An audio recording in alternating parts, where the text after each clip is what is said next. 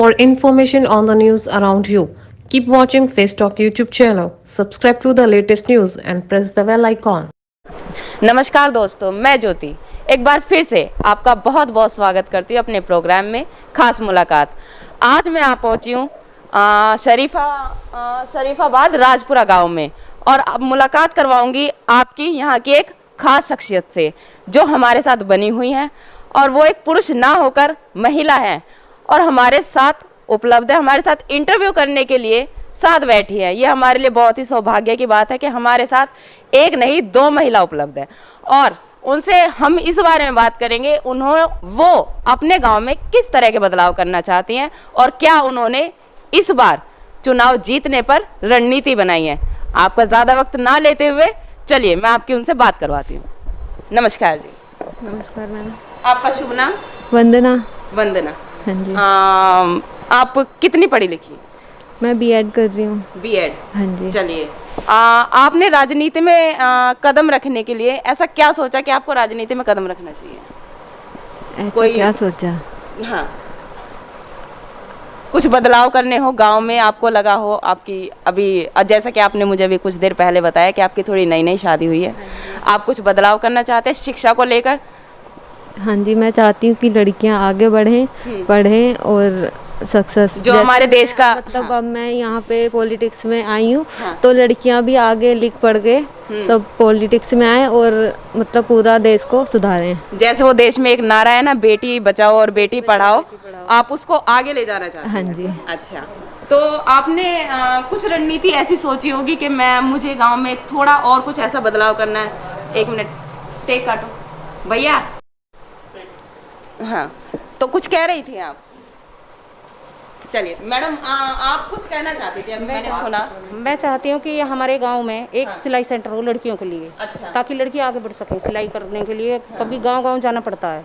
अपने घरेलू कामों में पूर्ण हो लड़कियां, आप ऐसा भी चाहती हैं? वो किसी के ऊपर डिपेंड नहीं हो। अच्छा। मैं चाहती हूँ इस बात को। अच्छा। और मैं चाहती हूँ हमारे यहीं पे गाँव में ही एक लाइब्रेरी हो हमारे अपने आपस की। अच्छा। अपनी। अच्छा। है आपकी निजी संपत्ति से? आपकी निजी संपत्ति से या फिर जो सरकार द्वारा उपलब्ध हो पाएगी उसको थोड़ा सा और डेवलप करना? मैं नहीं चाहती कि सरकार का हाथ हो कोई। अच्छा। मैं चाहती हूँ इस बात को कि मैं एक लाइब्रेरी बनवाऊँ। अच्छा। अपनी अपनी गांव की जो चौपाल है हमारी, उसके ऊपर मैं लाइब्रेरी बनवाऊँ और मैं चाहती हूँ कि यहाँ पे एक सिलाई सेंटर भी हो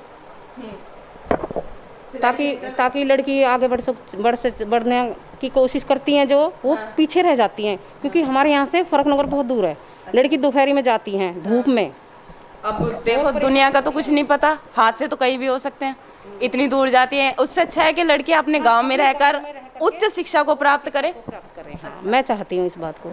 और मैं ये भी चाहती हूँ कि लाइब्रेरी जो बनी हुई है उसमें कुछ काम छूटे हुए हैं वो भी हों, मैं करवाऊंगी उन्हें। अच्छा, चलिए, ये तो थी शिक्षा को लेकर बात और बेटी बचाओ बेटी पढ़ाओ अभियान को लेकर बात।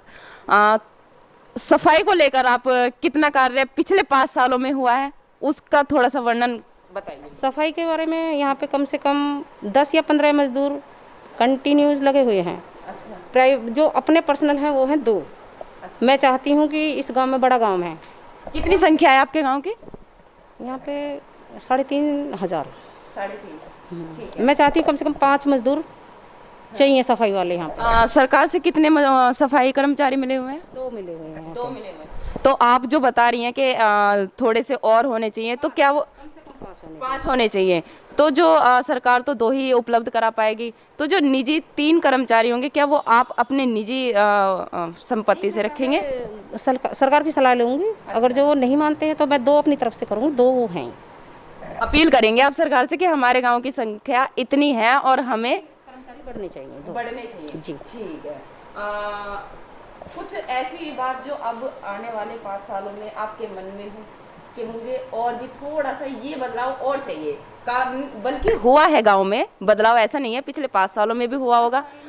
इतना बदलाव हुआ है कि कोई गांव की कोई गली छूटी हुई है। अच्छा।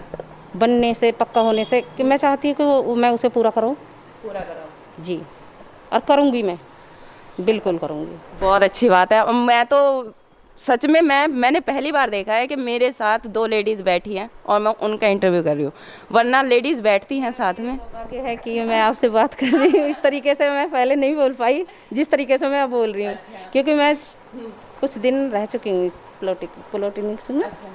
तो मैं रह चुकी हूँ इसमें। नहीं, बहुत अच्छी बात है। मैं कह रही हूँ, देखो लड़कियाँ आगे बढ़ेंगी तभी तो, आप जैसे आप प्रधानी के इलेक्शन लड़ रही हैं, तो गांव में और भी जो लोग हैं वो भी आपसे प्रेरित होकर अपनी बेटी को आगे बढ़ाएंगे, उन्हें पढ़ाएंगे लिखाएंगे और इस काबिल बनाएंगे कि वो भी कल को ऐसा उज्जवल भविष्य अपना प्राप्त कर सकें।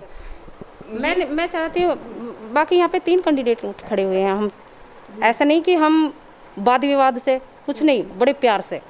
देखो उनके भी मन में ख्वाहिश है कि मैं भी आगे बढ़ना चाहती हूँ, मैं चाहती हूँ कि वो भी आगे बढ़े, मेरे तय करता है। बाकी मैं कर रही हूँ कोशिश, ऐसी ही वो भी कोशिश कर रहे हैं। अब मैं थोड़ी, मेरा नाम सुनीता है। वाइफ हो? अजयपाल। अजयपाल। और आपके गांव का नाम? शरीफाबाद राजपुर। शरीफाबाद राजपुर। ठीक है।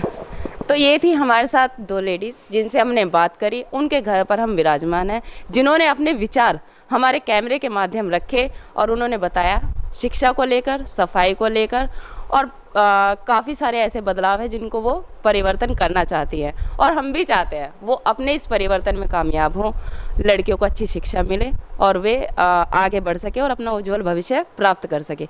इसी के साथ मैं ज्योति लेती हूँ आपसे विदाई और मुलाकात करवाती हूँ आपके नए गांव में एक नए प्रधान जी से।